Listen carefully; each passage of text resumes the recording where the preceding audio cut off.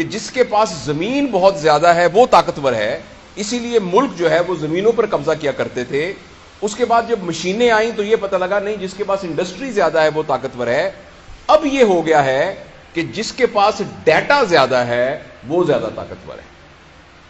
اور آپ حیران ہوں گے کہ ایک شخص جس کا نام ایلون مسک ہے، اس نے $42 بلین کی ایک چیز خریدی ہے جو کہ اتنی بھی بڑی نہیں ہے کہ اس کو جیب میں رکھا جائے، جو کہ کہیں ہے ہی نہیں، اور جو کہ ایک ٹیڈی پیسہ پروڈیوس نہیں کرتی. اور اس چیز کا نام ہے ٹویٹر، جو کہ $42 بلین کا لیا گیا. دنیا کے 140 ملکوں میں سے 70 کے قریب ایسے ملک ہیں جن کا بجٹ $42 بلین سے کم ہے، اور اتنے کی کسی شخص نے ایک چیز خریدی ہے جو کہ ہوا میں ایگزسٹ ہی نہیں کرتی. تو آپ حیران، اس بات سے حیران نہیں اس نے کس لیے خریدی ہے ایک چیز. اور دوسرا، آپ سب اس بات پہ حیران ہوں گے کہ آپ پی ٹی سی ایل کا فون کرتے ہیں تو آپ کو پیسے دینے پڑتے ہیں، آپ کسی کو خط لکھیں تو آپ کو پیسے دینے پڑتے ہیں. یہ فیس بک مفت کیوں ہے؟ یہ واٹس ایپ کے اوپر ویڈیو کالز مفت کیوں ہیں؟ یہ آپ ہزاروں تصویریں بھیجیں، یہ مفت کیوں ہیں؟ اور جس بندے نے واٹس ایپ بنایا اس کے بلینز آف ڈالر خرچ ہوئے ہیں، وہ پاگل ہے کہ ہم سب کو مفت دے رہا ہے. فیس بک مفت کیوں؟ اس لیے کہ اس بھٹی کا ایندھن میں اور آپ ہیں. میں اور آپ ان کو ڈیٹا پرووائڈ کر رہے ہیں، ہر انڈیویجول کا. اور یہ ڈیٹا کیومولیٹ ہے. صرف ڈیٹا سے کچھ نہیں ہوتا، ساتھ ایک پیرالل جو کمپیوٹنگ پاور ہے وہ اتنی انٹینس ہو چکی ہے کہ جس کے نتیجے میں آرٹیفیشل انٹیلیجنس کی وجہ سے آپ کی ایک بات ہر فرد کی ڈیٹا کی شکل کے اندر لوگوں کے پاس موجود ہے. اور جس کے پاس ڈیٹا زیادہ ہے اب وہ اس دنیا کو رول کرے گا.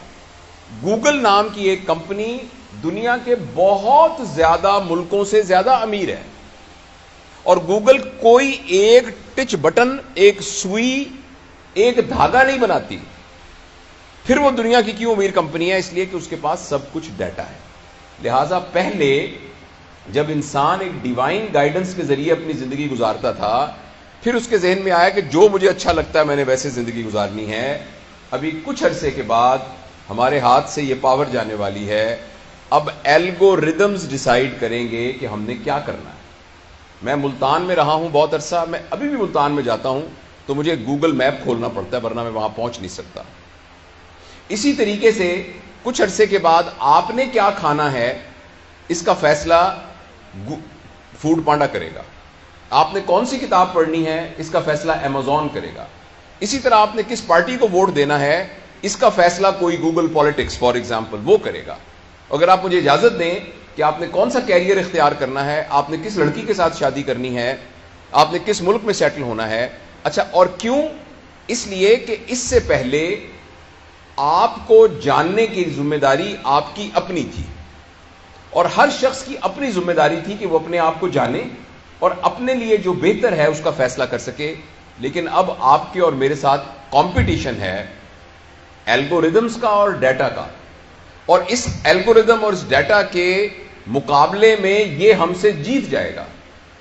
آپ نے جب فیس بک کھول کر آپ کی آنکھیں کی پیوپل ڈائلیٹ ہوئی تھی یا سکڑی تھی، آپ نے کون سی سائٹس پر زیادہ ہٹ کیا، کون سا رنگ آتا ہے تو جس کی وجہ سے آپ کے چہرے پر آپ کے جو فیشل ایکسپریشنز ہیں وہ بہتر ہوتے ہیں، کن لوگوں کے اشتہار دیکھ کر آپ کو خوشی ہوتی ہے، کون سی سائٹس کو دیکھ کر آپ کو کیا ہوتا ہے، یہ سارا کا سارا انڈیویجول کا، اور جس کے نتیجے میں پھر ایک کنٹینیوس الگوریدم کے طور پر یہ تمام چیزیں ڈیٹا سٹور ہو گیا ہے.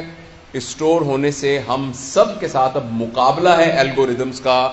الگوریدم کھڑا ہو کے بتا سکتا ہے کہ آپ اپنی صحت کے بارے میں صحیح فیصلہ نہیں کر سکتے، میں آپ کی صحت کے بارے میں صحیح فیصلہ کر سکتا ہوں.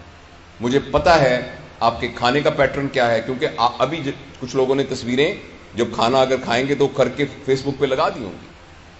آپ بالکل یہ مت سمجھیے کہ آپ نے آئس کریم کھاتے ہوئے جب تصویر کھنچوائی تھی وہ تصویر کچھ نہیں ہے، وہ تصویر ایک بٹ آف جگزا پزل ہے جس نے آپ کو ہیک کرنے والی اس پکچر کے اندر وہ موجود ہے. آپ نے کہا کہ میں آج فلانی جگہ پر دوستوں کے پاس پہنچ گیا، وہ ایک چیز کمپیوٹنگ پروسیس میں سے گزر کے آرٹیفیشل انٹیلیجنس کے ذریعے سے الگوریدم کی شکل میں موجود ہے.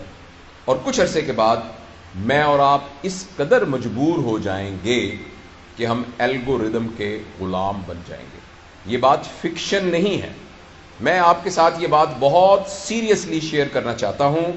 اگر اس سلسلے میں ہم نے فوری طور پر کچھ نہ کیا اور آپ سے میں بات اس لیے کر رہا ہوں کہ آپ پوٹینشیل پیرنٹس ہیں. جو لوگ 30 سال کے، 40 سال کے، 50 سال کے یا میری عمر کے، سر کی عمر کے ہو گئے ہیں، ہم سب پتھروں کی سلیں بن چکی ہیں. ہمارے اندر سے نیا مجسمہ تلاش کرنا بہت مشکل ہے. ہاں ہو سکتا ہے بہت ہماری رگڑائی کی جائے تو اندر سے مجسمہ تو ہر پتھر میں موجود ہوتا ہے، لیکن آپ وہ ہیں، آپ کے بارے میں بھی ابھی پریشانی ہے کیونکہ اس ایج میں آپ کے آئیڈیاز بھی فکس ہو چکے ہیں، آپ کی ہیبٹس بھی.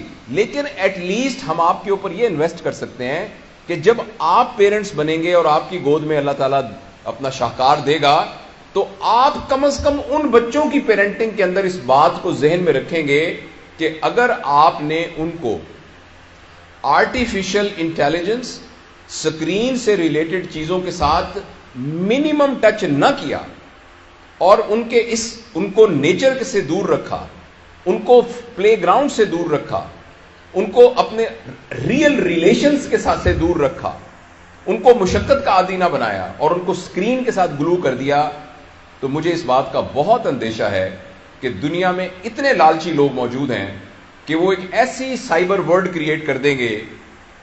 آپ نے میٹا ورس کا نام سنا ہوگا. فیس بک کا نام اب فیس بک نہیں ہے، اس کا نام میٹا ورس ہے.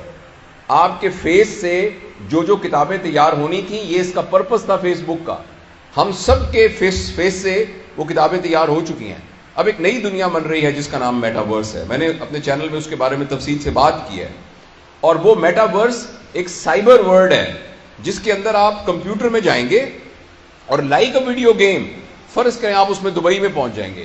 لوگوں نے دبئی میں وہاں پلاٹ خرید لیے ہیں، فزیکلی نہیں، خرید لیے ہیں، ملینز ڈالر کے خرید لیے ہیں. کچھ نے اس میں ریسٹورنٹ بنا لیے ہیں، وہ آگے بک رہے ہیں. کرپٹو کرنسی کے ذریعے ان کے ریٹس اوپر نیچے ہو رہے ہیں اور لوگ کھیل کھیل کے بلینز آف ڈالر جو سمارٹ ہیں اس میں سے کما رہے ہیں اپنے کمپیوٹر پر بیٹھ کر.